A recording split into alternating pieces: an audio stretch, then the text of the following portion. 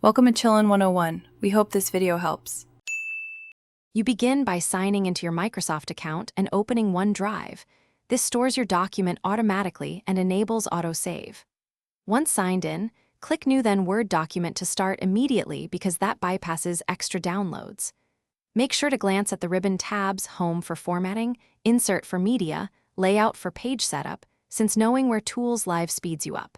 If you prefer a template, choose one now so your structure is ready before you type.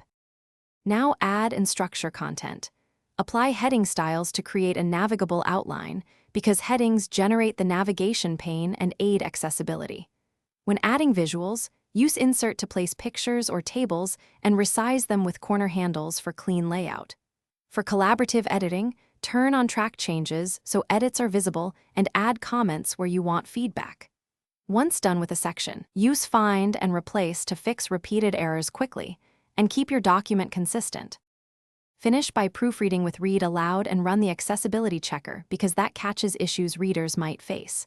When ready, go to File then Save as to download a docx or export a PDF for sharing. This preserves formatting offline.